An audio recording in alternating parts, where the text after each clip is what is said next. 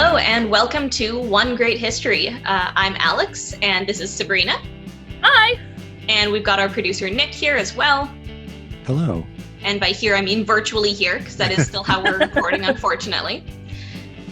We are two occasionally employed historians who like to talk about the great and not so great history of Winnipeg, Manitoba. And today we're doing a pretty fun topic. We're talking about Prohibition. Woohoo!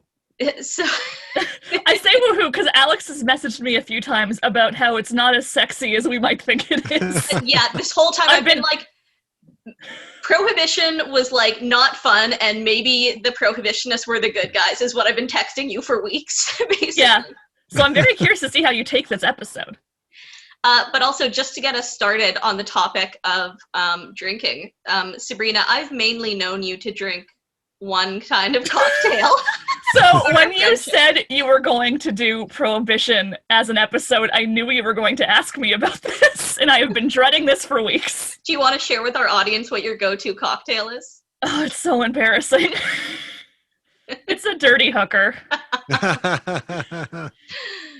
It just tastes like juice. Someone once made fun of me. I was like 20, and they were like, this is a drink 18-year-olds drink. So out of spite, you've been drinking it since?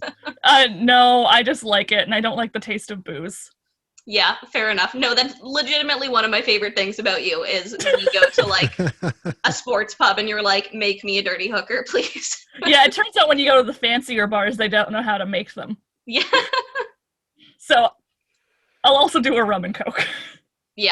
Yeah, rum and coke is my go-to drink. I think when I was around 20 or so, someone told me, like, when you go to a pub, get a rum and coke. It's always going to taste fine and no one will make fun of you. I mostly went to socials when I was, like, around when I turned 18, so you can't really get a lot of fancy options. It's beer, vodka, or rum. Yeah. Nick, do you have, like, a go-to drink? I went sober about 13 years ago, actually. Oh, okay. Yeah. But my go-to, I remember, like, when I started drinking, like, because you'd drink with the boys or whatever in the basements, but, like, I was the first to turn 18 in my friend group, and I didn't know, like, any drinks, so I was just like, screwdriver, that sounds cool, and, like, that was the first drink I ordered in a restaurant or a bar or whatever.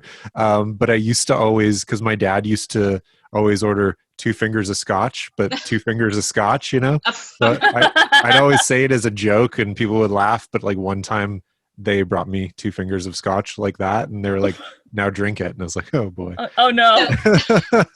So for listeners, because that's a visual joke there. Yeah, sorry. Doing 2 fingers together and then 2 fingers on the opposite side of the hand. So a much larger amount of scotch. Yeah. And I want to say it was at Perkins where they actually indulged me on it. And I was definitely coming from a bar. Like, you'd go to the bar and you'd then go to Perkins after and then, like, eat your weight in pierogies and appetizers and things like that. But yeah, what's your go-to, Alex? Yeah, usually if I'm out, I'll drink a rum and coke. I also like a gin and tonic. Like, the truth is, though, that I want the fancy drinks. I want the frou-frou mixed drinks that cost $13. Nothing wrong with that. Conceptually, I like them, but also I don't drink that often, so every time I have them, I can still taste the vodka in it, and I'm like, oh, this is gross. What I actually want is some watered-down sourpuss. Yeah, we went to a Fourth bar one year for my birthday, and they'll do, like, a custom cocktail for you, which is really fun. You, like, yeah, I really like going there too. Yeah, and mix it up for you, which is cool. But yeah, so maybe I'll start the episode then by saying that drinking did not involve a lot of frou-frou cocktails 100 years ago. I would not have done well. No. No, and maybe actually I'll ask Sabrina, like, what would you say your mental image of Prohibition is? I mean, I know what Prohibition in Manitoba was like, partially because you keep telling me it's not what I think it is, but also because I have researched it before. But I think broadly what it is more like the Al Capone speakeasies in New York type of thing. Yeah, so I think we do tend to think of it as being pretty, like, almost like fun and exciting, right? Because you're like, when you're drinking, it's kind of daring, and so there's like speakeasies and flappers, And so I'm here to tell you that it's none of that. The Boardwalk Empire lied to me? I mean, to be fair, in the States, those things did happen. But Prohibition in Manitoba was a little different. One of the big myths is that it was foisted upon us. And so I'm going to talk a lot about how that is not at all true in Manitoba. And how speakeasies and bootlegging weren't really kind of central here. But just to start, humans discovered a long time ago, that if you leave certain things sitting around long enough, that they'll ferment and they make you feel funny when you eat or drink them. And from there, it didn't take much longer, I think, to realize that, hey, it might be a good idea to make some rules about how we use this thing, right? So Prohibition is unique in that, in theory, it means that no one is supposed to have liquor at all. But really, we've historically had a ton of different rules about who can drink, when, where, and how much. So some of those are just social rules, right? Some of those are laws.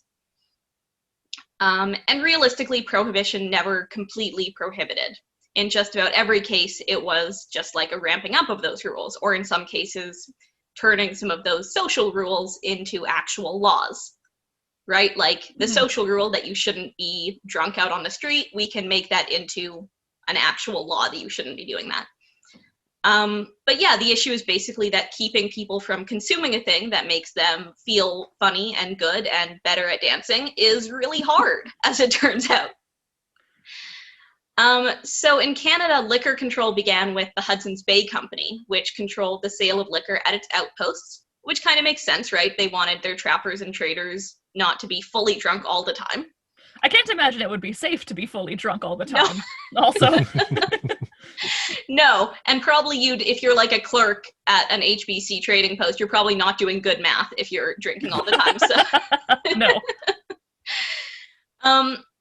Yeah, and then Canada itself begins regulating liquor in the 1870s with the Canada Temperance Act, which gave provinces the ability to pass prohibition and to regulate liquor overall.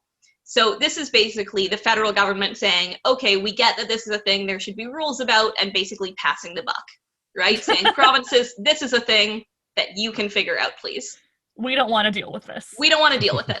So this is actually when the first Provincial Liquor Commission is established. This is when the MLCC comes about, essentially. Okay. Yeah, and this is actually when we start regulating liquor in a way that I think would be pretty familiar to us today in a lot of ways. Okay, so let's talk about just like Winnipeg in general in the late 1800s and early 1900s. So, probably a good call. Yeah. So Winnipeg grows ridiculously fast, as we know. So just to give some idea of that, in the 1860s, we had 5 hotels. By 1881, we had 64. And a year later, in 1882, we had 86. So we had a huge boom in the 1880s. And between 1880 and 1882, a foot of land facing Main Street went from a value of $100 to $2,500. Wow. So Winnipeg has become a frontier town, essentially, and people are coming looking for work. And it's not quite like a place like New York or Chicago where people are coming like, oh, the streets are paved with gold, I'm going to make a fortune. But it's a place where I feel like, oh, I can go there and eke out a living. Mm-hmm. And when I see people, I primarily mean like young single men at this point, right? Yeah. So that's like in the kind of early days of Winnipeg, that's a lot of who was here, right? And a lot of also like young single men who weren't necessarily here permanently, who didn't necessarily have a stake in what Winnipeg was. And so a lot of those hotels that we talked about were basically just saloons. And they were pretty rough. The floors apparently were like literally covered in mud. Like just Classy. like, yeah. Have you heard the story about a bear breaking into a bunch of bars on Main Street? No, tell me. This would have been in either the late 1860s or early 1870s. And essentially, a bear had been tied up outside of a hotel for, like, entertainment purposes, I guess. it was going to be doing some sort of like on-stage act, but the bear broke loose and then wandered into the Red River Saloon, which would have been, I think, around Portage in Maine, and then walked in, scared everyone out. The book that reported on it called The Bear an Advocate for Temperance. But then he soon fell victim to vice because he also had some of the beer. So beer so good, even a bear likes it. Yeah. And I would venture to say that these saloons were suitable only for bears. Truth be told. I think you're probably right. People were also, like, they call them hotels, but it sounds like mainly it was just like a saloon where if you passed out on the floor, that was fine. Oh, no. Well, that seems gross. Like, people were welcome just to sleep where they dropped. All right. Saloons also didn't have chairs. Right, yeah. Some of the fancier ones had a rail on the bar that you could put your foot on. But, like, essentially, it's just a place to get absolutely as drunk as you possibly can because there's nothing else going on, right? Yeah. And it was basically fine to be drunk as long as you weren't violent. It was also fairly cheap. You could buy, a 750 ml bottle of whiskey or rum for about $1 at a grocery store. So it was pretty easy to find liquor. Which you could then enjoy right there at the store, actually. So so people would drink in liquor stores. Like, that was kind of like a social hangout. So you could sit on a box or a barrel. So, hey, you've got a place to sit. It's already better than the saloon. I'm going to imagine going into a liquor store today and just, like, cracking open, like, a Mike's Hard Lemonade in the aisle. And just chatting with the security guard and seeing where that would take you. Yeah. Yeah, no, I don't think that would be welcome anymore. I mean, you'd also now have to bring your own liquor into the grocery store, which is significantly weirder. Yeah. So as that boom kind of comes to a close, there are more permanent families coming in as well. And as Winnipeg becomes more of like a city, a permanent settlement, and families start to move in, obviously Winnipeg being this like rough and rowdy and drunk becomes a problem. And what a shocking twist. I know, in a shocking twist. It's not great to be in a gross saloon all the time. Yeah. And it starts to be something that like merchants and religious figures and women and so on are all kind of trying to address, right? Because people are starting to think like, okay, Winnipeg is going to be something, right? Which is something that people thought back then. Yeah. And so in order for it to be something good, we need to kind of control the vice. Manitoba also becomes pretty religious. So it's kind of this contradiction here where it's like, you know, people call it like the wickedest place in the West and all this, but it's actually like the immigrants who are coming in are quite religious. And so, for example, religious figures here pushed hard for Sunday closures, and that's something that's eased up only very recently. I'd say in Manitoba, we have some of the like firmest kind of Sunday rules until recently. Well, they just loosened them like what, within the past 6 months? Yeah. So you can now stay open later than 6? Yeah, because of COVID, and even like probably when you and I were kids, things weren't open on Sundays at all generally. I mean, I grew up in a smaller town also. Things are still closed here on Sundays. Yeah. And a lot of things still are.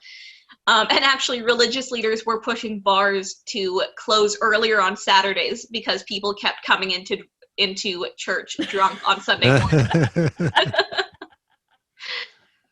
But the issue is that you can push back against that stuff, but there's not a lot else to do. Winnipeg doesn't really have like recreation centers or anything yet. And actually some temperance advocates begin suggesting that either like the government or the church or someone should begin building recreation centers so that there's something to do other than go to the saloon. Well, I'm just thinking of also like the sports you would have done at the time, and a lot of them still involved drinking. That's true. Yeah, like if you're curling, you're probably gonna be drinking on the ice. If you're golfing, you can take your drink with you, presumably. I don't know if that would have been the case. That's true. A lot of those older sports are kind of drinking heavy. So we do introduce some regulations at this point. Like I said, there's the creation of this licensing commission. So only hotels could have saloons. So bars actually had to be attached to hotels at this point, and that hotel had to have at least 10 rooms. So you couldn't just be like, sure, this is a hotel. The stock room has a bed in it. Yeah. The hours were meant to be 7 a.m. to 11 p.m. What's funny to me about that is, like, you can go and drink really early, but not really late, but... It seems worse for many reasons, actually. Yeah. The other thing was that there wasn't meant to be more than one hotel license given for every 300 people. So that kind of would limit the number of saloons that there would be. But that didn't do much. Like, that's really all it was at this point, and it wasn't even that much, wasn't strictly enforced.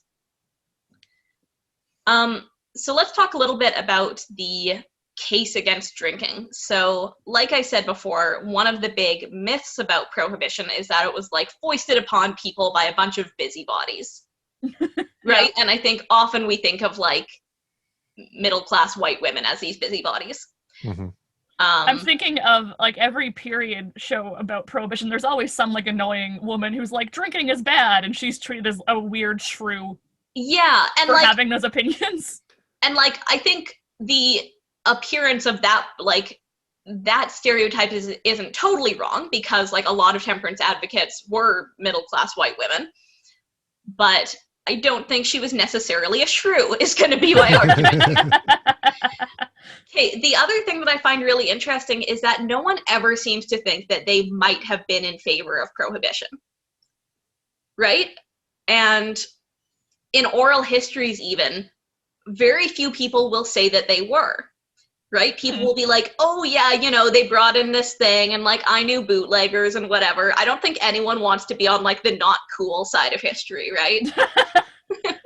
The square side of history. Exactly. But social reform overall became a big thing at the turn of the century. So there was a drive for hospitals, workers' rights, compulsory schools, no more child labor. That's a good one. Protection of women and children, the right to vote for some women, and so on. So you may notice that most of that list is things that we are in favor of. Yeah, I don't think anyone's actively campaigning for child labor laws to come back. No, or, like, against compulsory schooling. And so temperance was really kind of one among that list of things that people were working towards. Yeah, and most of those are things that we're in favor of. The other thing is that workers were spending money that they could not spare. So people would literally cash their paycheck at the bar. So, oh my God. Yeah, so banks were only open 10 to 3. Grocery stores closed early. And so bars always had cash on hand, and they were open after people got off work. So at this point, people usually got paid just once a month. And so that once a month, there would be basically a rush to the bars after work. Everyone would go and spend, like, a month's worth of income on booze, essentially. Because, like, oh God. I mean, even if you are, you know, not going to do that badly, probably you are going to stick around and have a couple of drinks after cashing your paycheck at the end of the month, right? It's been a rough month. You've probably been broke for a couple of weeks already. You know people at the bar also, so you're talking to someone. Yeah, it's all your friends from work. You've probably gone down together. So that was an issue. And yeah, like I say, it was money that a lot of people couldn't spare. Wages were not great for a lot of working class folk. Another big issue was that drunkenness exacerbated domestic violence. And I think that's kind of inarguable. If your husband is mean, he's probably not less mean when he's drunk. Yeah. Yeah. I think that's probably still true. Yes. That one hasn't changed. No, that one has not changed. What has changed, kind of, is that there was very little protection for women and children at the turn of the century. Mm-hmm. And so, for instance, if a woman escaped from an abusive husband and she happened to flee with the help of another man, the husband could actually call the police and have the man arrested and his wife returned, as if she were, like, an item that this man had stolen. Like an Amazon package from the porch. Yeah. There were essentially no laws for the protection of children. Like in the late 1800s, we're really just in most Western countries beginning to see a shift from seeing domestic violence as like a problem or even maybe a crime and not like a husband's right or even, in some cases, a husband's duty. Yeah, I think there was very much an idea of like, if your husband was hitting you, it was because you had done something wrong, which is obviously not true, but... Yeah, absolutely. So the prevailing idea in relationships, at least. Yeah. So I was trying to figure out what exactly the laws were at this point. So I went through the criminal code in 1892, and there's really nothing about like domestic abuse between like a husband and a wife that I could find. It says that a parent can beat their child provided it's not excessive. It also, this is really sucky, explicitly kind of excludes marital rape as a category of rape. Oh, gross. Ooh. Yeah, so it says rape is the act of having carnal knowledge of a woman who is not his wife without her consent. Jeez. Yeah, so not great. Times are bad for women, huh? Yeah, not a great time for women. Protection sometimes took the form of like mob violence for repeat offenders, which obviously is not the ideal way to deal with almost anything. Nope. Also not super effective. And even when like abuse did rise to the level of criminal abuse, punishment didn't seem to be that effective either, according to the records. So in Winnipeg, one man was brought to court 47 times over the course of 15 years for drunkenness and domestic abuse. So, You'd think somewhere around, like, the second or third time you'd reevaluate. You would hope. I guess, like, what we're looking at here is a society where, like, divorce is not an easy thing to do. Yeah. Right? Where are you going to move with your children without your husband? How are you going to get a job? Where are the children going to go during the day while you're at this job, right? It's not an easy situation to be in, and liquor doesn't necessarily create that problem, but it certainly doesn't help. No. So a big part of this campaign for prohibition was the Women's Christian Temperance Union. So these are our busybodies. But they did also work for a number of other causes. So things like helping unwed mothers. They were big in campaigning for women's suffrage, things like that. And one of the most prominent temperance advocates was Nellie McClung. Oh, of course. Yeah, so Sabrina, what is Nellie McClung known for? She is known for helping some women get the right to vote in Manitoba in 1916 by organizing a mock parliament in 1914 that was like a parody of parliamentary proceedings, debating if men should vote. Yeah, so we're going to talk more about Nellie McClung, quite a bit more about her later in this season. She's definitely a problematic figure, and we're going to get 100%. We're going to get more into that for sure. She was a little racist, which is probably not a huge surprise. No. But her first real public speech is at a WCTU conference, and I have to say that like I say, we'll get into the problematic stuff in a future episode, but on these matters, I do find her quite convincing. I mean, she was like a well-known good public speaker. That was a really strong skill of hers. Yeah, so let me read you here a couple of quotes from her. She says, "I would not run into statistics like some temperance speakers I had heard, nor would I tell them how many loaves of bread a man could buy if he never drank beer. I knew vaguely why people drank. It answered something in their blood, some craving for excitement and change. I knew the lives of these country people, with their disappointments, long hours, and gray monotony. And I felt that we must give them something rather than take something away."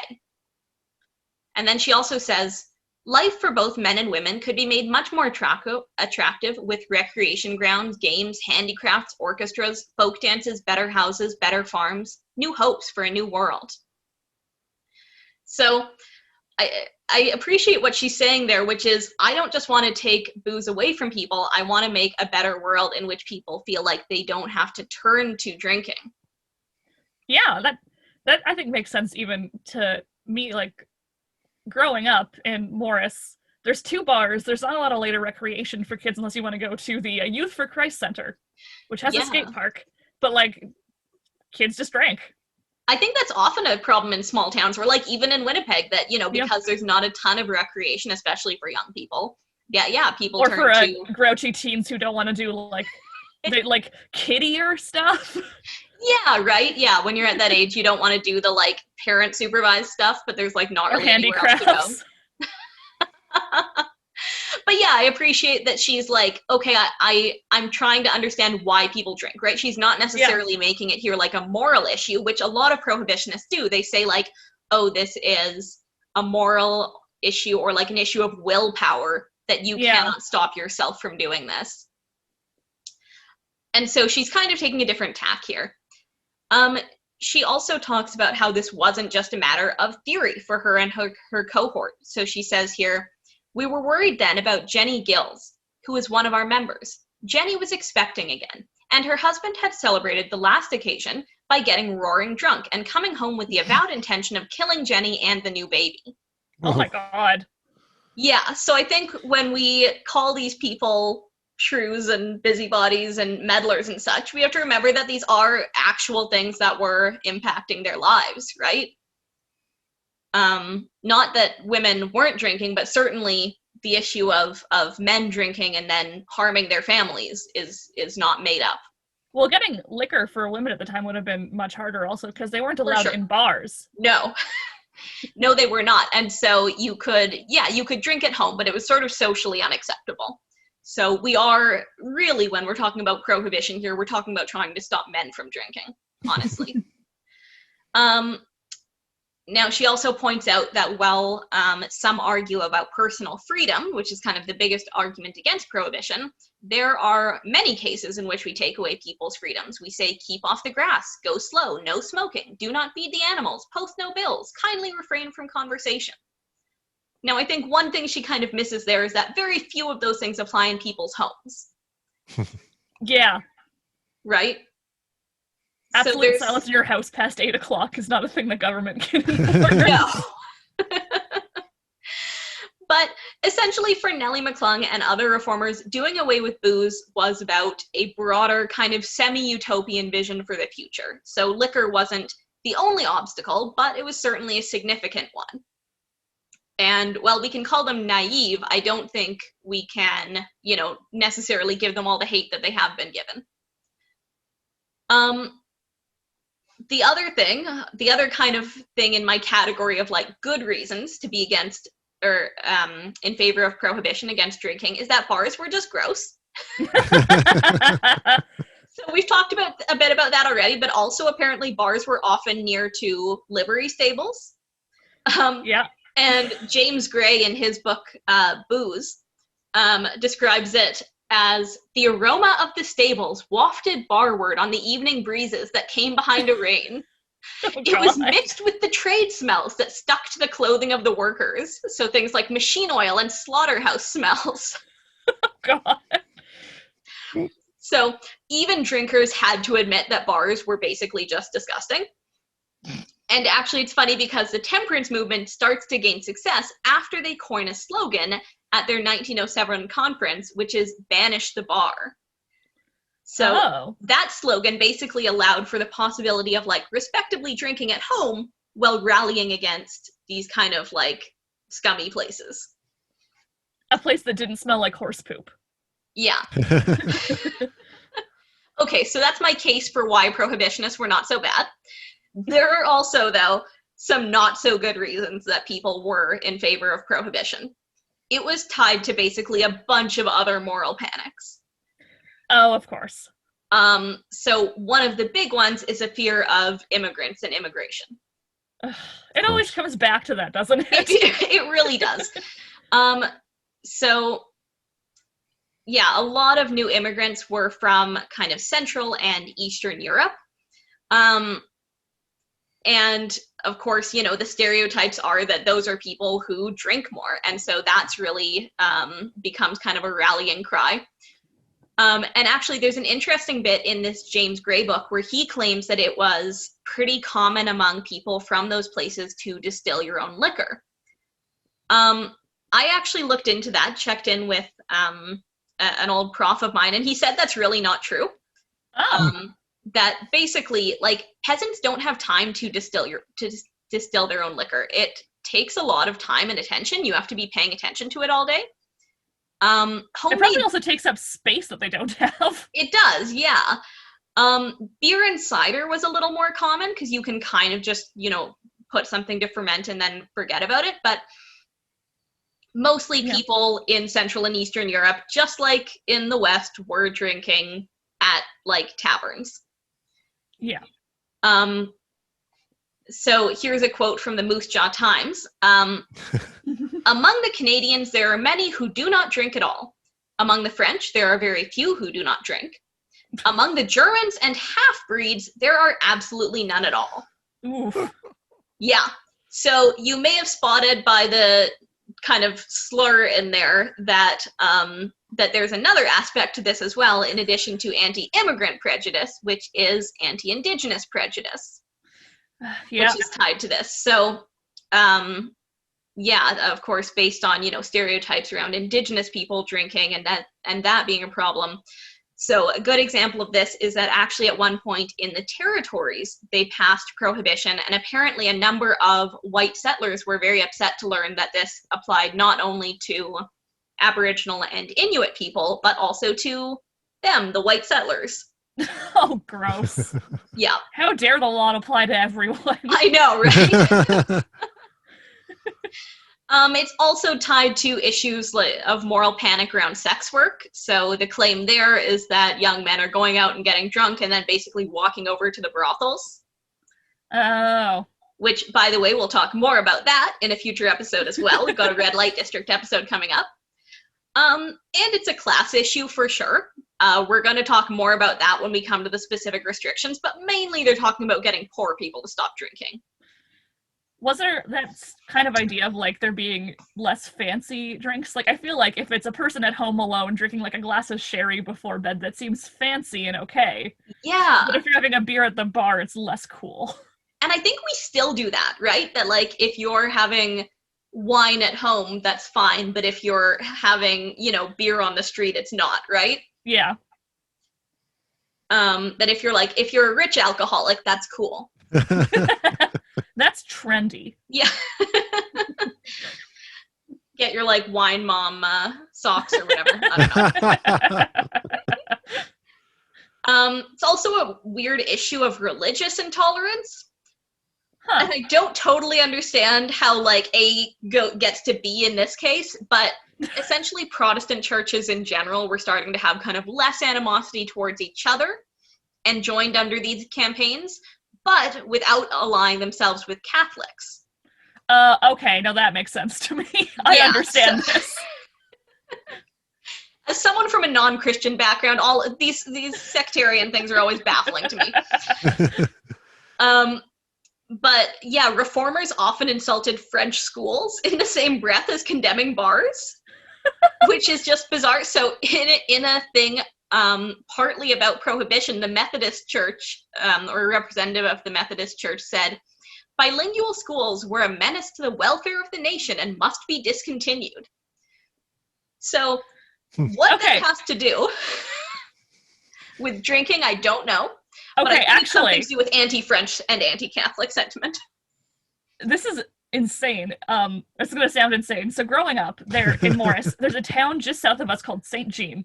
Okay. It is a perfectly normal French town. Yeah. But there was an idea in Morris that Saint Jean was full of a bunch of French alcoholics.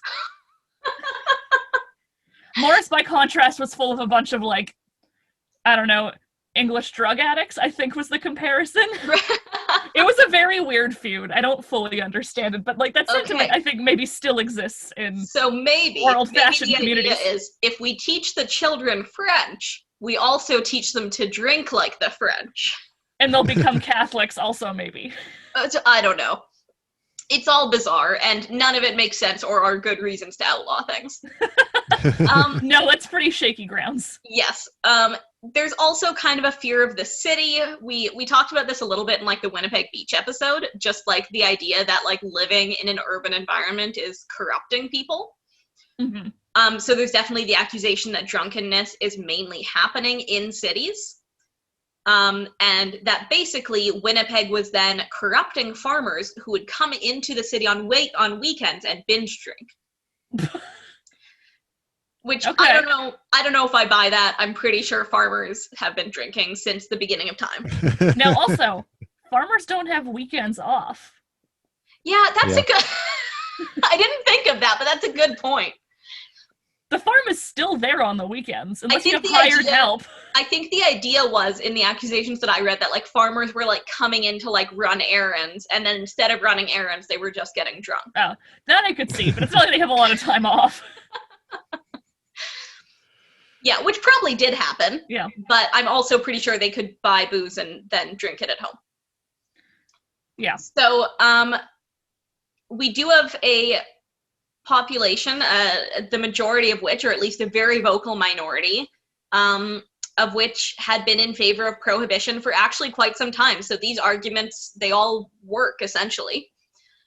So when did people start first campaigning for prohibition in Manitoba? I would say as early as like the 1880s, 1890s. Oh, wow. Yeah, so actually, Manitobans first voted for prohibition in a referendum in 1892. Oh, wow. And the weird thing is that what's happening is that the government is unwilling to pass this legislation. Oh. Why would they be unwilling to do that? Yeah, so it's super weird because there's, again, another referendum in 1899, and again, we don't do it. The reason is that booze was a moneymaker. Oh, okay. I mean, it still is, but there's taxes on alcohol.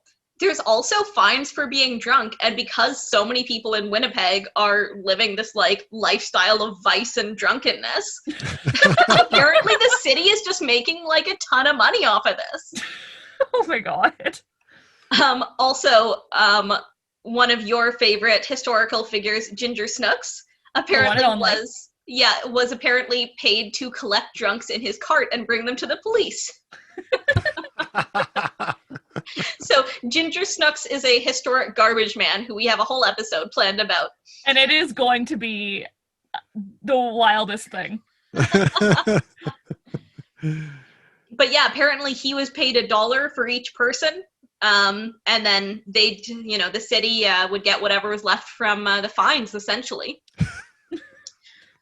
So prohibition almost comes in 1901, actually. So Premier Hugh John MacDonald. So for those of you who don't know, his home still exists. It's called Dalnevert Museum. You can go visit it.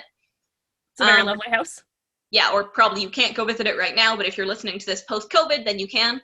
He's also the son of John A. MacDonald. Yes, yeah, so pretty prominent guy. He became premier in 1898, and he drafts a Prohibition Act. This would have stopped all liquor sales except in drugstores and through imports from other provinces. And he puts out this referendum, which in 1899 passes. Now, there's a couple of catches here. The first is that provinces at this time had to actually apply to the federal government to do this. Okay. Yeah, so that would just take some time, but it could be done. Yeah. The second catch, though, and more importantly, is that Hugh John, as I said, a prominent figure, he's actually called away to run in another important election that I guess they think they'll lose. So he resigns as premier to run in that other election. He's replaced by Roblin, who basically decides that another vote would have to be held for whatever reason. Roblin. He's a bizarre guy, but this time he wants the referendum with a 2/3 majority. Oh wow, that's a huge majority. Yeah, so it doesn't pass. There's also like some sketchy election stuff going on. Do you think Roblin said 2/3 because he knew it wouldn't work? I think so. I think he maybe just like didn't want to deal with that at this point. The paperwork involved. Yeah. Or maybe he was just opposed to it, but yeah, like certainly chose the kind of like sketchiest way to make that not happen. Now, but the people were still in favor of prohibition. This is the weirdest thing about prohibition here is Manitobans kept being like, please outlaw booze. Please stop letting us buy it. That feels like the opposite of what every other Prohibition story I've ever heard is, where it's like all these cities are so crazy and drunk and the government has to stop it. And then we're like, will you not stop us? Please. Like, please save us from ourselves. We cannot stop. Yeah, in 1909, actually, 1,000 supporters of Prohibition walked to the legislature to present a petition to the provincial government, which at the time was still under Roblin, which he apparently just ignores. Yeah, okay. That tracks. Yeah, in the next election, though, the Liberals under T.C. Norris promise women's suffrage and prohibition. They lose, but only by a small margin, and shortly thereafter, the provincial Conservatives are basically decimated by the legislative building construction scandal. Which is, yeah. We talked about a bit in our Myths and Legends episode, but essentially Roblin was stealing money from the project. Yeah. Not a great look. Roblin's a weird guy. Also very against women voting. Yeah, we don't like him so much. In any case, in 1915, the Liberals won and quickly ordered yet another referendum. There's so many. This isn't the end of them. Yet another referendum to be held on March 13th of 1916 on whether or not to adopt the MacDonald Act. So this, at this point, is 16 years old, this act that they're voting on. Oh my god. It's the same one that Hugh John had drafted. Have they not changed it? Is it just like the same thing from 16 years ago? It's the same thing. They're still trying. They're still trying. And actually what we get is pretty similar to what's in that original act. So Norris had actually campaigned too on holding another referendum, which already gives us a pretty good idea that, people are in favor of this. Mm-hmm. And of course this prompts a whole new round of debate around temperance. So the arguments, a lot of it, of course, is the same stuff we've already gone through. But in 1916, the world is a little bit different now, for one big reason, which is that Canada is at war. Mm-hmm. So this is part of the First World War, and alcohol becomes connected with Kaiserism. Oh, God. and with the enemy.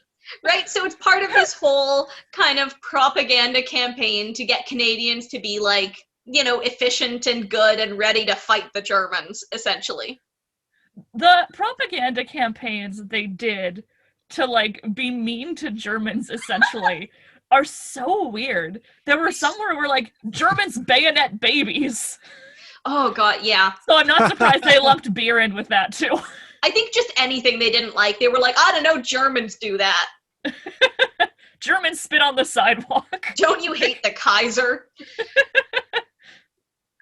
There are a ton of speakers, so both sides kind of don't spare any expense bringing in prominent speakers on their different sides. So Clarence Darrow comes in. Do you know what he's famous for?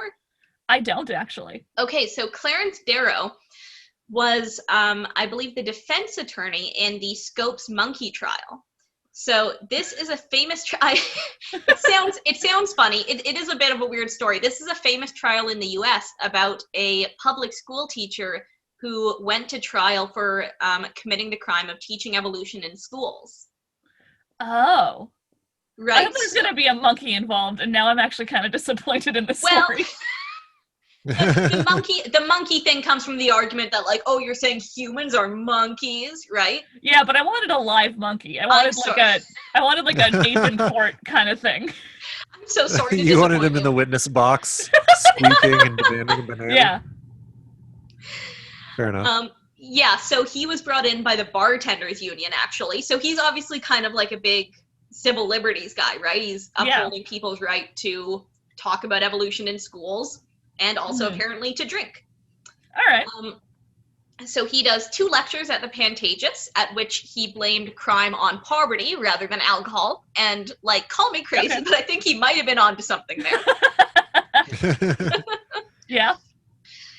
He also says, I know of many ways to get poor. And he kind of addresses the temperance argument here that drunkenness is causing poverty. He asks, are we going to ban going to the movies, buying fancy food, etc., all these other ways that people can spend their money in, unwise fashions. that, you know, we can't legislate good budgeting into people's lives, essentially. Yeah. On the other side, this is super bizarre.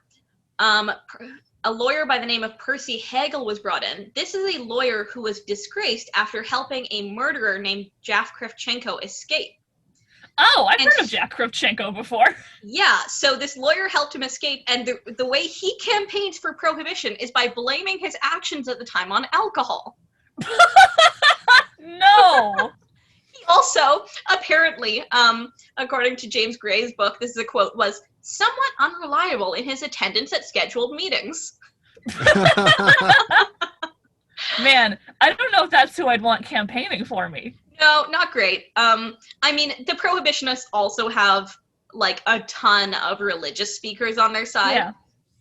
Yeah. There's also a scandal in the papers when James Wharton, who's another lawyer, lecturing in Winnipeg in favor of prohibition, is apparently found to be working for liquor interests in Minnesota.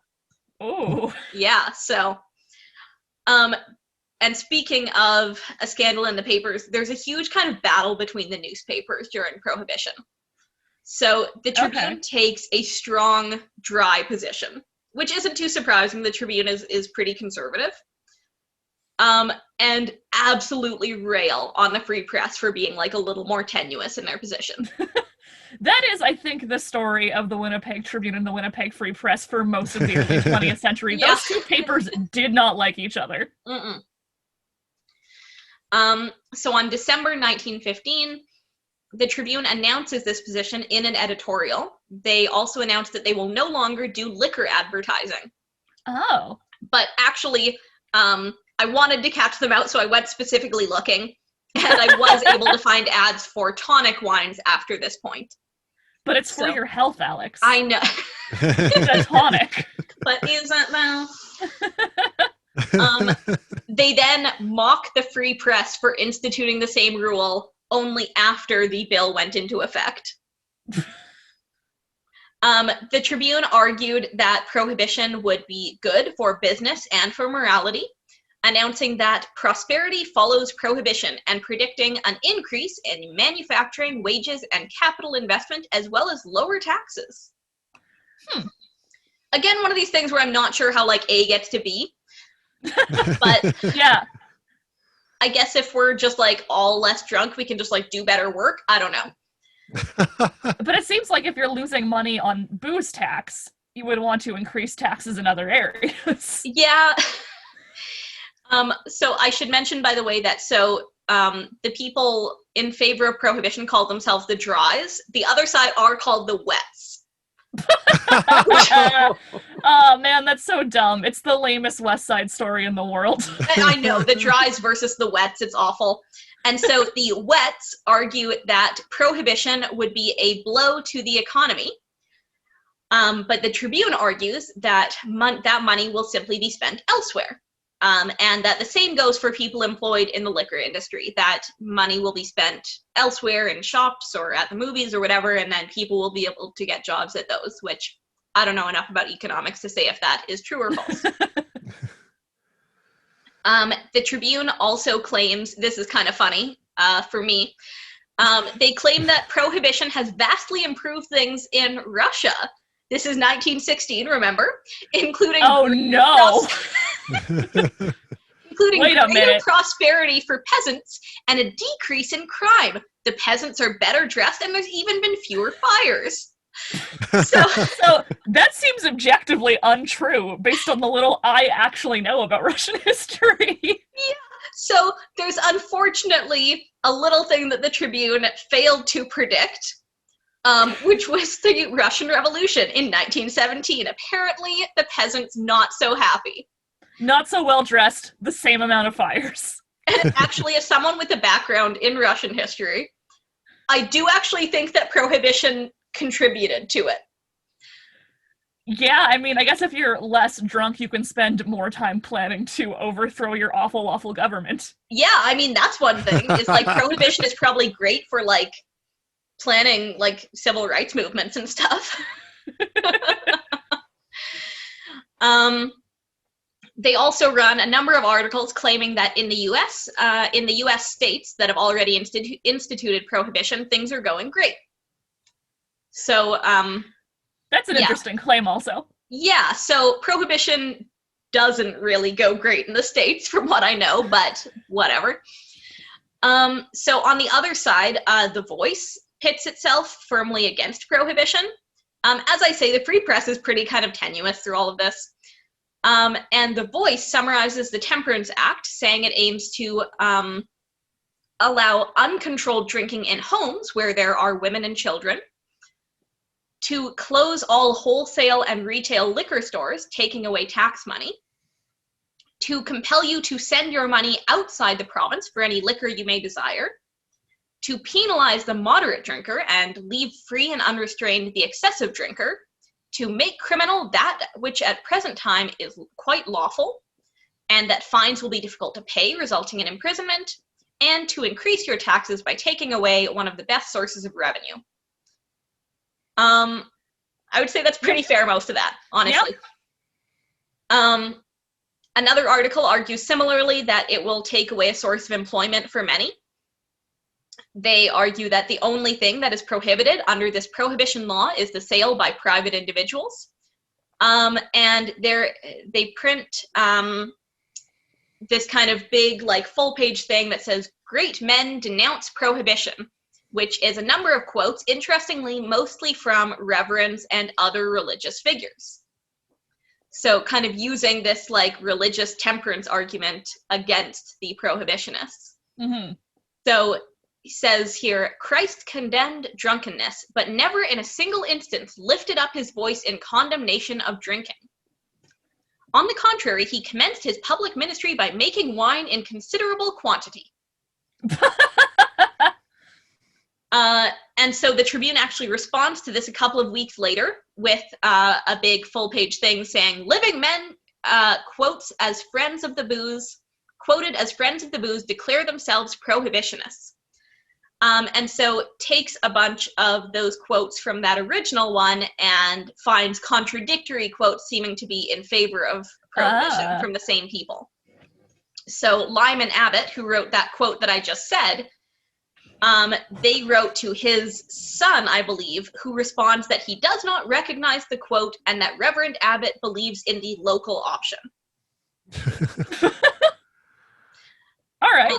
Yeah, the Tribune also prints a big thing called "Why I Think Manitoba Should Go Dry," with quotes by notable Winnipeg clergymen, including their denominations, which is interesting. I guess you would kind of read that and be like, hey, does the kind of local clergy person from my denomination think that this is right? They're all Protestant.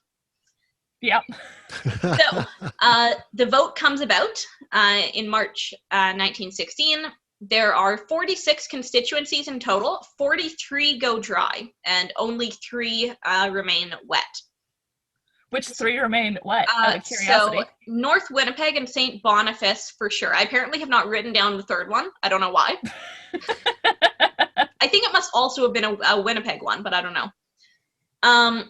But basically what we're seeing there is like a rural-urban divide, right? That essentially the city is not so keen on prohibition. The St. Boniface and North Winnipeg results also might have been influenced by the anti-Catholicism of temperance advocates, right? Yeah, that would make sense too. All the French Catholics in St. Boniface probably didn't love that. Well, there are also probably Ukrainian Catholics in the North End. Yeah, totally. Yeah. So the results are 50,484 dry versus 26,502 wet. So that's, quite a majority there. We really wanted someone to stop us from drinking. Yeah. Yeah, it's weird, right? And actually it could have been higher because women couldn't vote yet. Oh, right. So this is all men voting. And this is all men voting. Yeah. All white men predominantly, right? Yeah. So women would probably have voted in favor of temperance even more strongly. There are accusations that the liquor interests engaged in ballot stuffing in the Tribune, but evidently this was to no effect because they lost by a huge They did a bad job if they did. Yeah. So June 1st, 1916, the Manitoba Temperance Act comes into effect, and actually Alberta and Saskatchewan both go dry shortly thereafter as well. All right, so it's now officially prohibition. Yes, so this is officially the period of Prohibition now. So let's talk about what that actually means, because I think it's not quite as strict as people might think. Okay. So liquor could no longer be sold at bars or grocery stores. Okay. It also could not be kept in certain kinds of homes. So including things like a boarding house with more than 3 roomers, a dwelling connected to a store, and certain kinds of apartment buildings. And that's interesting because that basically makes this a class issue, right? Oh, yeah, of course. So Portage la Prairie Daily points out that the act discriminates against certain Manitoba homes and accuses this of being class legislation. Huh. Yeah, Portage la Prairie Daily coming out with this like hard-hitting journalism here. So the secretary of the WCTU responded to this by accusing the Moderation League of being run by ex-liquor vendors, and said that prohibition is an aid to temperance on the part of those who need removal of suggestion and temptation. Which isn't a great argument. To me, that kind of implies, like, you know, poor people can't help themselves and we're going to stop them. It's very, like, old-style paternalist. Like, we have to guide the people into moral wellness. Absolutely, yes. That's a really good way of putting it. And if you really wanted to drink, there were a ton of loopholes in this law. So, no, you can't go to the bar anymore, and no, you can't just go to the store anymore, but there's a bunch of other ways. One weird thing is that Manitoba had about 6 breweries with federal charters, which the province had no control over. So, because they were, you know, federally run, essentially the province had no right to kick them out. So, they were allowed to continue producing beer or whatever they were producing, but they just couldn't sell to Manitoban bars anymore, but they could continue to operate and ship their products to other provinces. And I think sometimes sneakily ship a little closer to home. Liquor could also be prescribed by doctors and bought in drugstores.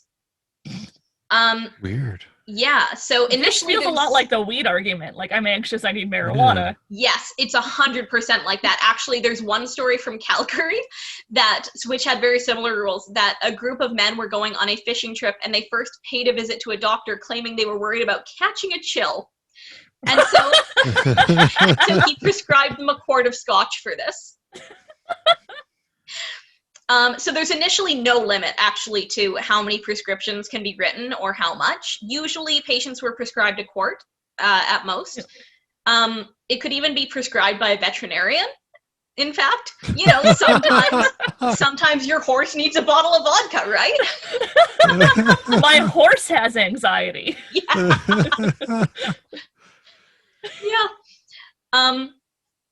And in 1919, one doctor was found to have made more than $75,000 selling prescription for liquor. Oh my god. That's in 1919 dollars. I don't know what that is now, but a lot. That's an insane amount. What a grift that guy had going. Well, apparently he was making up basically blank prescriptions and selling them by the dozen. Yeah. And just basically stopped doing his medical practice. So he became a bootlegger in a really, like, lame paperwork-filled way. Totally. So actually in 1921, they closed this loophole, but it's been 5 years by that point.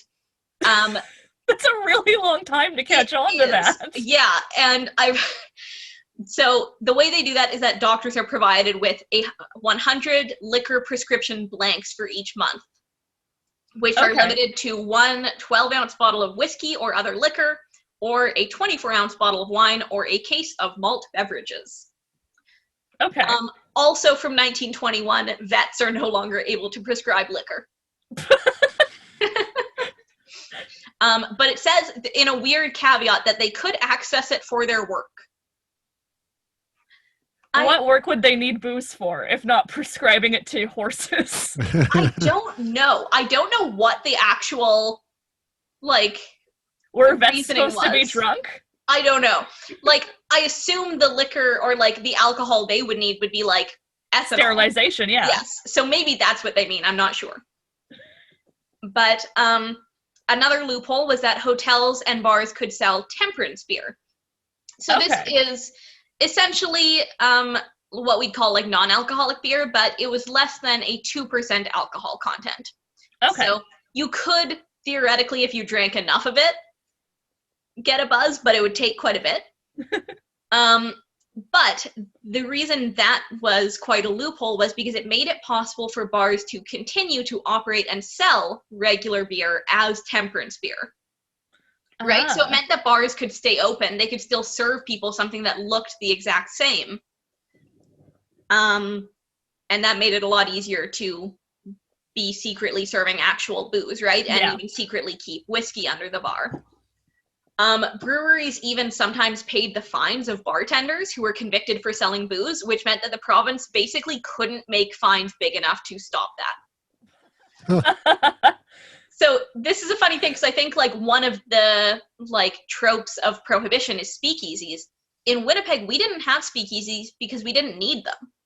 Regular bars were open. They were just pretending they weren't serving actual beer. There's something that feels so Manitoban about putting this law into place that we cannot enforce or control, and actually didn't want to really put into place in the first. Yeah, like why have we done this to ourselves? This is a problem entirely of Manitoba's own making. We were like, we kind of want this thing, but we're not sure about it, so let's pass it in like a halfway way that like doesn't really work. And then, oh no one's listening to our vague laws. Yeah. So even so, Prohibition did hit hotels pretty hard, partly because bars had to keep things peaceful to avoid attracting police attention if they wanted to keep serving alcohol, which basically just made it less fun to go to the bar. Like, even if you could drink, like, the secret under-the-bar whiskey, you couldn't go and, like, be rowdy, right? So yeah. It was, like, maybe more fun just to, like, go drink at home. But more significantly, liquor could still be imported from other provinces. This is like the big loophole. Briefly, you could actually order from Kenora, but actually get your order directly from a Winnipeg brewery. So it's a weird thing where you have to like roundabout. Yeah, like you have to mail off an order to Kenora because technically it's outside the province, and then they make the order for you from the Winnipeg brewery, but then they just drive it straight to your house. Right? Yeah. And I think eventually, like, that loophole was closed, but it was still basically a measure of, like, a carload of booze driving across the Ontario border and then back. Right? Yeah. Well, also, presumably, if you're transporting booze from other provinces, you're still passing through Manitoba. Yeah. Right? Yes. And so the thing about, like, importing booze is, like, this is another thing that makes it a class issue, right? If you're a middle or upper class person with a standalone home, your drinking would probably remain pretty much unchanged, right? You can still have that glass of sherry. Yeah. You just have to send off an order form for it, which is like a little annoying. And you probably weren't visiting like the gross dive bars to begin with, right? Yeah, it's a mild inconvenience at most. Yeah, so you could simply order like a nice stock of wine and whiskey from Ontario and just continue to indulge. And I was really annoyed with myself. I couldn't find the exact quote again, but there's a prohibitionist judge at one point who openly talks about how he's got like a cellar full of wine and liquor. It's just like open hypocrisy. Great. That's awesome. Oddly, you could even, it seems, for a time order liquor from Saskatchewan, which also was under prohibition, but it was technically legal in Saskatchewan to import and export booze. So, so Saskatchewan could import booze like, say, whiskey from Scotland and then export it to other provinces. It seems like maybe the provinces should have talked to each other at some point. Just like a quick, hey, here's our laws, what are yours? Yeah, and like, how might those interfere with each other? Just a side note also that prohibition in Saskatchewan seems to have been like a lot wilder. The Bronfman family over there made a fortune importing and exporting booze, both legally and illegally.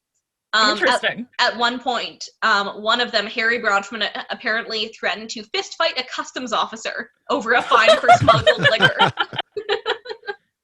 And Manitoba was not that wild?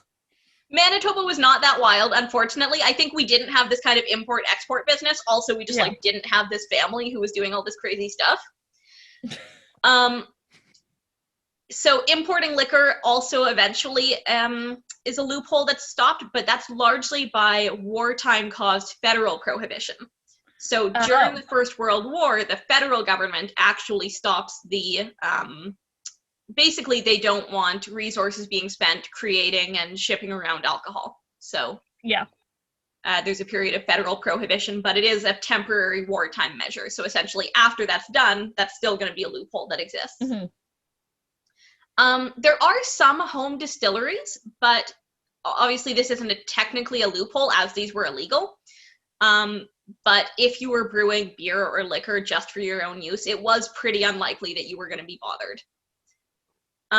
As I said, though, a lot of people just like didn't have time, right? Like, yeah, like buying a still or putting one together is expensive. You have to keep an eye on it. Like most people who are in kind of rural areas don't have the time for that. Other reasons that bootlegging wasn't a huge loophole is that bootleg liquor can legitimately be dangerous. It's not a great thing to be buying. In 1922 in Saskatchewan, 2 people were killed by bootleg liquor. Oh God, I mean, yeah, I guess there's no way for like quality control. Yeah, like I'm sure. Have either of you ever had moonshine? Yes, and it's awful. Yeah. It's not good. Yep. Yeah, so not great. If it's made poorly, it can be injurious. I'm sure there are other cases of people being injured or killed by it who maybe wouldn't say that that's what happened to them, right? Mm-hmm. And actually, there's a Tribune Trump about this, which is, homemade whiskey sure is risky. Bootleg stuff's a certain killer. If you wish to linger with us, stick to pop and sarsaparilla. Oh. Bootleg liquor is also largely gross. Yeah. If you could just as easily import the real stuff, like if you had the money for it, you'd probably just do that, right? Yeah. There's another Tribune Trump along those lines. Goes, remarked the chemist, that alcohol can be made of almost anything, even of old leather. That fact, rejoined Uncle Bill Bottletop, may account for the flavor of some of this so-called bootleg liquor. I should probably clarify the Tribune Trumps is a series of like one-liners the Winnipeg Tribune published on their front page from like 1906 until 1920. Yeah. And all of the jokes are nonsense. Yeah, a lot of them are very difficult to understand without context or knowing like several different people in the politics of the time. It's the 1906 equivalent of like vague tweeting about a political issue. Yeah. It's like they're subtweeting in the paper, basically. It'll be like, Bill said this on the street, and I think that's weird. And you're like, I don't know what you're talking about. How could you, like, you could never publish that today either, right? Like, oh, no, absolutely not. Have to be able to back it up. Yeah, and they do publish things about, like, specific people sometimes, too. Which we'll get into in our Ginger Snooks episode. There's a lot going on with the Tribune Trumps and Ginger Snooks. But yeah, so it's hard to say how prevalent bootlegging really was. I feel like every person has like a rumor about bootlegging. Like every person is like, oh yeah, my great uncle made like, bathtub gin or whatever. And I think some of those stories are probably true and some of them are probably just, urban legends or, wanting to be on the cool side of history again. Having a cool, rebellious old like great uncle. Yeah. So the results of Prohibition, as we said, there's a ton of loopholes, so I don't know how much it's even really working, but James Gray, the historian, claims that crime took a steep dive. Now that's totally possible, but there are also other possible causes that I should mention. Most importantly, the outbreak of the war, which meant a ton of changes to Canadian society. Also, like, a lot of young men just weren't around, right? Winnipeg also became less of like a stopover town. It became kind of more settled. But James Gray also says that railway accidents dropped, which I can definitely believe. Yeah, that would make sense. Yeah, if fewer people are driving drunk, that's a good thing for sure. Gray also suggests that the Winnipeg General Strike was non-violent because of the lack of alcohol. Interesting. Well, that's interesting because there's also accounts of there being violence during the general strike. This is very true. And actually, reading James Gray is interesting because, so I'm not like outing him here, he's open about this, that his father was an alcoholic. So he comes out as quite like pro-prohibition in his book. But in terms of the strike, I did also find an interesting letter from the People's Prohibition Association in BC to Mayor Gray, who was the mayor during the strike, asking him to confirm that the strike had not been caused by prohibition. That would be a weird thing. Yeah, so apparently, like, anti-temperance groups in Australia and New Zealand had been saying that prohibition in Canada has caused this strike. Oh. Yeah. Huh. I mean, that's not true, but that's an interesting claim to make. Yeah. So, another result, there was less drunkenness on the streets, which makes sense. If it used to be legal and now it's illegal, probably you're going to be drunk at home instead. Fred Dixon said, so he's a labor leader, he said that there were previously many drunken people on Main Street, and he says, "Now I can walk the streets without meeting a single drunk and naturally feel more proud of the city to which I belong and the province in which I live." There are also fewer convictions for drunkenness, which is interesting because I would imagine that they would be enforcing that more heavily as well. Yeah. But I will say that that does not necessarily mean fewer drunk people, but it does mean fewer drunk people in public. And less records about it. Yes. Yeah, so we're just not hearing about maybe bad things that happened in people's homes, right? Yeah. July 1st, the Tribune writes, "This was Winnipeg's first public holiday without the bar. There was subsequently no parade of drunken men upon the streets, and from street disturbances, the police report the city absolutely free. If this condition is to be taken as a criterion, then prohibition in Manitoba is an unqualified success." They also run, the same day, a obituary for John Barleycorn, by which by which they mean liquor, and the title is "John Barleycorn, 1 month dead, forgotten." Says, no one misses him. "Merchants rejoice at death of demon rum. Homes happier, money is plenty." Imagine there was a guy named John Barleycorn, and he saw that and was like, what?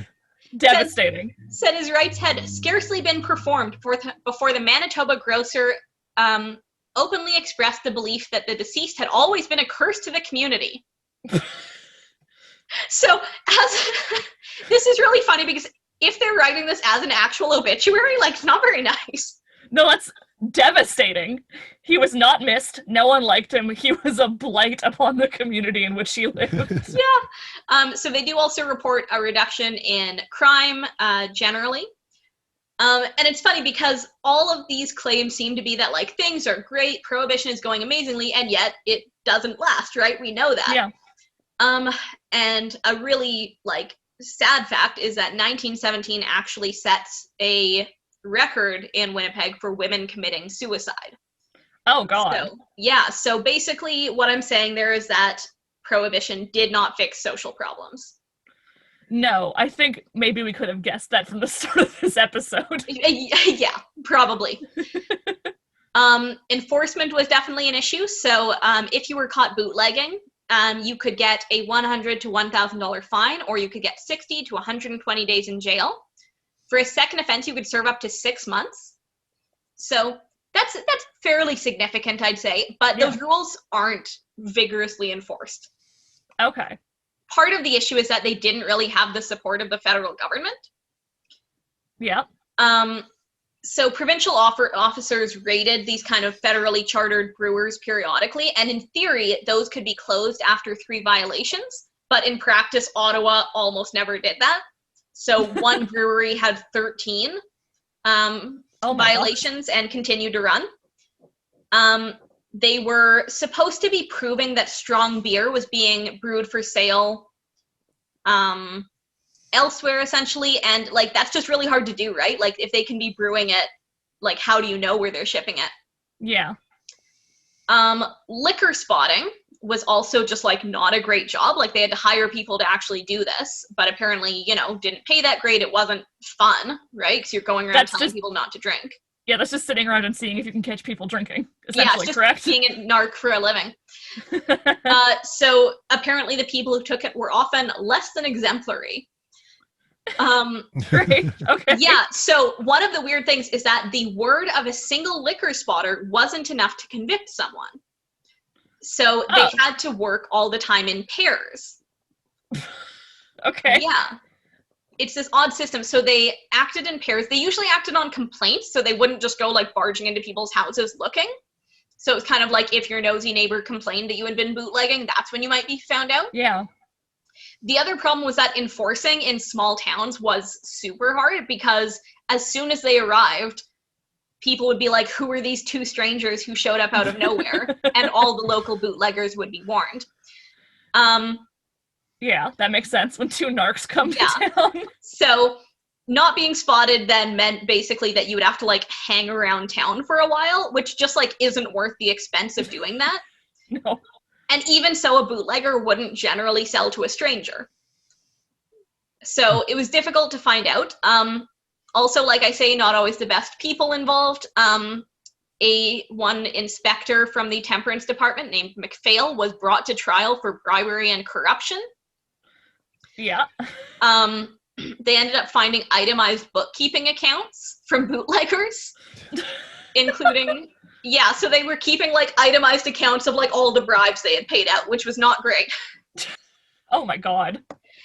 The other weird thing is that illegal distilling was actually a federal offense. So if liquor spotters, it's just ridiculous. Okay, so if liquor spotters came across an illegal still, they had to report it to federal authorities who would arrange an RCMP raid. So they couldn't actually even take action immediately.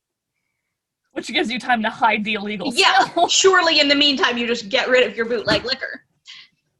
Even so, there are some fun stories about people being caught. So in 1920, a guy named William Chapman is arrested for being drunk in public with a bottle of bootleg whiskey in his pocket. And he says to the judge that the spirit of the Temperance Act is the spirit of the evil one. Okay. He's told in response that, well, the spirit of the law must be considered and not just its literal text, which is what he's kind of arguing here in a weird way. And he apparently throws up his hands and says, I'm not here to fight spirits. It can't be done. I'm not a ghost hunter. What do you want from me? And was charged a $200 fine. Yeah, that was not going to play out well for him. No. In 1922, police and morality officers make a surprise inspection of a home on Jarvis Avenue. Initially, they find nothing, but then they realize that a windowsill is loose on one end. They removed the windowsill and found a small rubber hose with a tap on the end coming out. Following the hose, they uncovered a 10-gallon reservoir built into the wall with a second hose attached to replenish it. And they apparently had to break apart the wall to remove the evidence.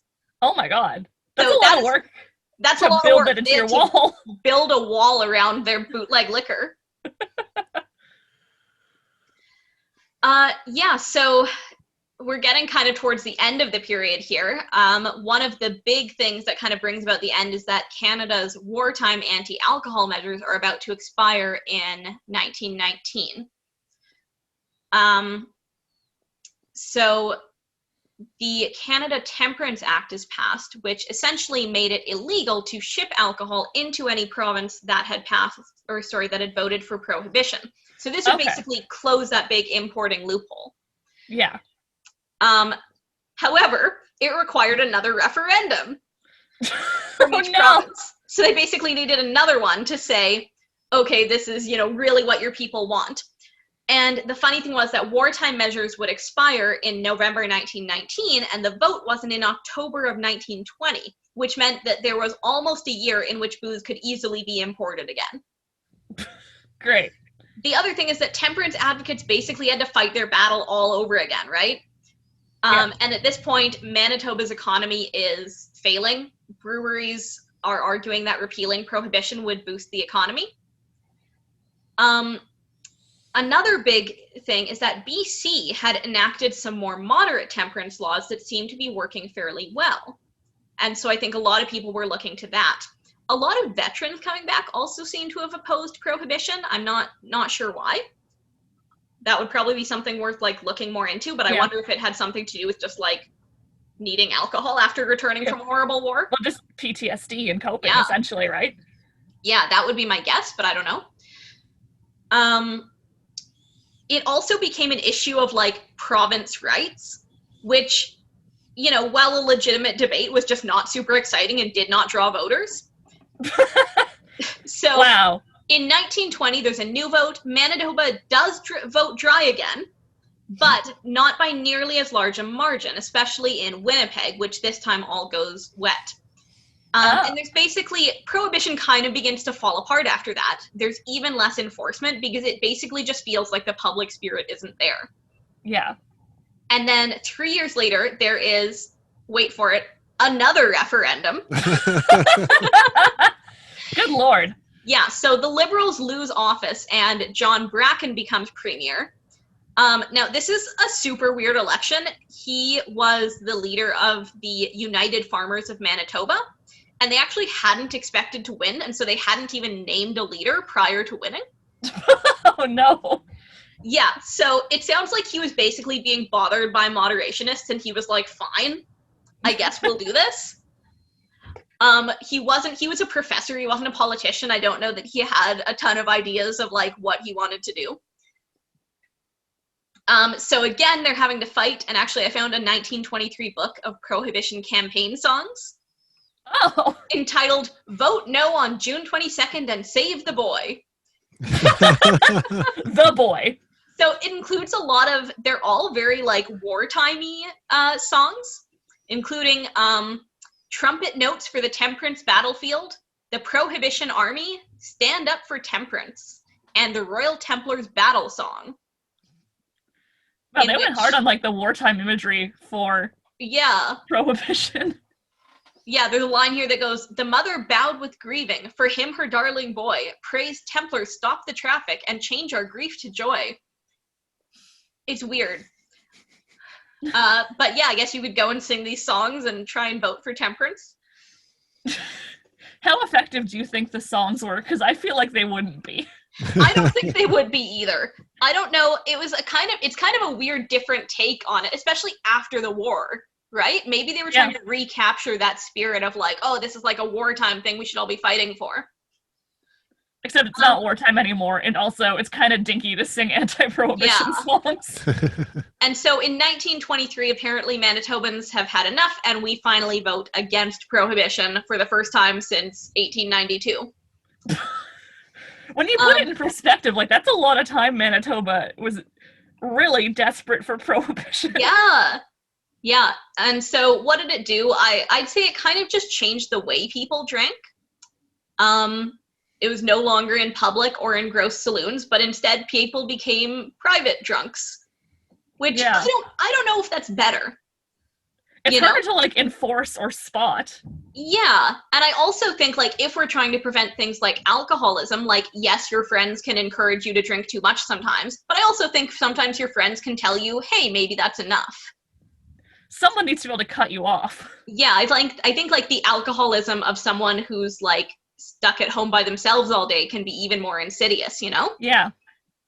So, yeah, I don't know that that was all that significant of a change, but it was a change. So Prohibition ends officially in 1923, but in reality, Manitoba has continued to have pretty restrictive liquor laws, actually, compared to other places in a lot of ways. So even today, visitors from like the US or even from like some other provinces like Quebec might find it weird that you can't buy a can of beer in a grocery store here. Yeah. Most liquor sales continue to be through province-run liquor stores. And I think because of that, prohibition is really kind of the wrong way of thinking about it, right? Like, our liquor laws have always existed on the spectrum from like more to less restrictive. Between 1916 and 1923, they were for sure the most restrictive, but realistically, liquor was never entirely prohibited.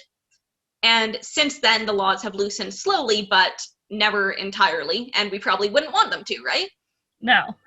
So after this period, things were still quite limited. Even after 1923, there were limits on how much alcohol you could buy at once, and it involved like filling out an order form with all your information.